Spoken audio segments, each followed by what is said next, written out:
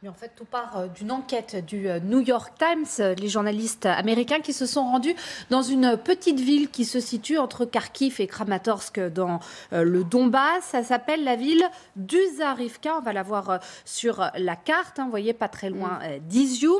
Pour vous poser le décor, ce hameau, il est essentiellement agricole. Il y a beaucoup de terrains, de fermes exploitées par des Ukrainiens, des fermiers ukrainiens. Et ces dernières semaines, eh bien, cette ville, ce village était tombé sous contrôle des Russes. Et puis finalement, les Ukrainiens ont repris le terrain et ils sont suspectés d'avoir chassé les Russes justement en utilisant des armes interdites par beaucoup de pays occidentaux, des armes quitte à mettre en danger leur propre population. Alors pour vous expliquer, on appelle ça des armes à sous-munitions. Le principe est le suivant. Ces armes à sous-munitions sont larguées par voie aérienne. En fait, il s'agit de containers qui font 2 à 3 mètres, donc des containers gigantesques. Et à une dizaine de mètres du sol, eh bien, le container s'ouvre. Et la première option, c'est qu'il va larguer des dizaines de mini-obus, en fait, des obus largués en grappe qui vont frapper, détruire une grande superficie de territoire. Ça peut faire, par exemple, la taille d'un terrain de football, ce qui peut être visé. Puis la deuxième option, cette fois, le container s'ouvre et ne largue pas des mini-obus, mais des mines antipersonnelles. L'objectif, c'est de chasser l'occupant, mais évidemment, ces mines antipersonnelles, elles se transforment en pièges, en véritables menaces pour les populations locales.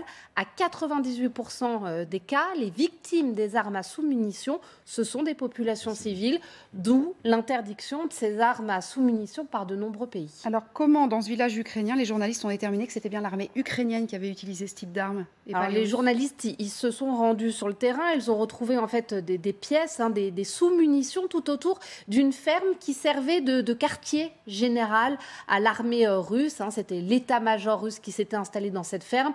Les journalistes, ils ont donc supposé, déterminé que c'était les Ukrainiens qui avaient visé les Russes pour chasser cet état-major. Mais évidemment, ce qui pose question, c'est que tout autour, il y a des fermes où des sous-munitions ont été retrouvées, alors que ces fermes, elles sont exploitées par des Ukrainiens. Évidemment, ça paraît choquant que l'Ukraine utilise ce type d'armes alors qu'elle constitue une menace pour sa population. Mais ce qu'il faut souligner, c'est que depuis le début du conflit, vous l'avez dit, ce sont surtout les Russes qui sont accusés d'avoir utilisé des armes à sous-munitions. Par exemple, ces images, vous allez le voir, de ces armes à sous-munitions qui ont été découvertes à Mykolaïv, dans le sud de l'Ukraine, avec ces trous. C'est par là que sont largués les obus, des armes donc interdites dans de nombreux pays, mais utilisées par les deux camps. Il faudra forcément une enquête, Catherine, là-dessus.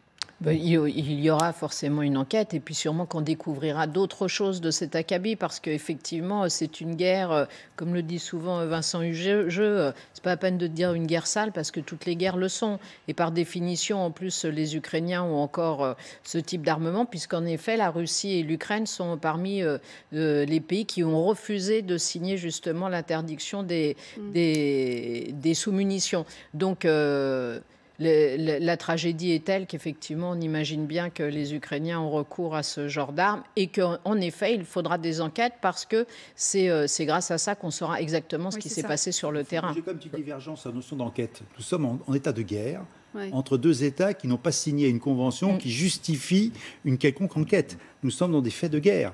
Donc, comme les deux États ne sont pas concernés, je ne vois pas comment on peut justifier une enquête. Ce que vous voulez dire, c'est qu'ils sont dans leur bon droit d'utiliser ce genre d'armes, en fait. Ils ont le droit. Il y a cette convention qui est discutée en 2008, signée, ratifiée par une partie, 94 pays en l'occurrence, des puissances invitées en 2010.